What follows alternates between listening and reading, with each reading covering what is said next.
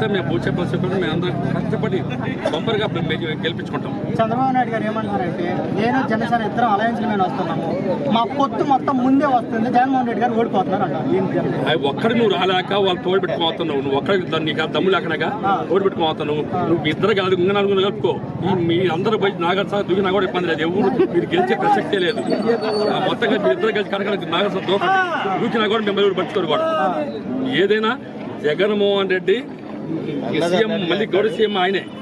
గౌరవ సీఎం అని మీరు అంటున్నారు, కానీ టీడీపీ ప్రభుత్వం కానీ జనసేన ప్రభుత్వం కానీ ఏమంటుందంటే పేదవారికి డబ్బులు ఇచ్చి డబ్బు రూపాయల జగన్ బ్యాంకులో అమౌంట్ వేసి వాళ్ళని సోమరపత్రులు తయారు చేసి ఎందుకు పనికి రాకుండా తయారు చేస్తున్నారు.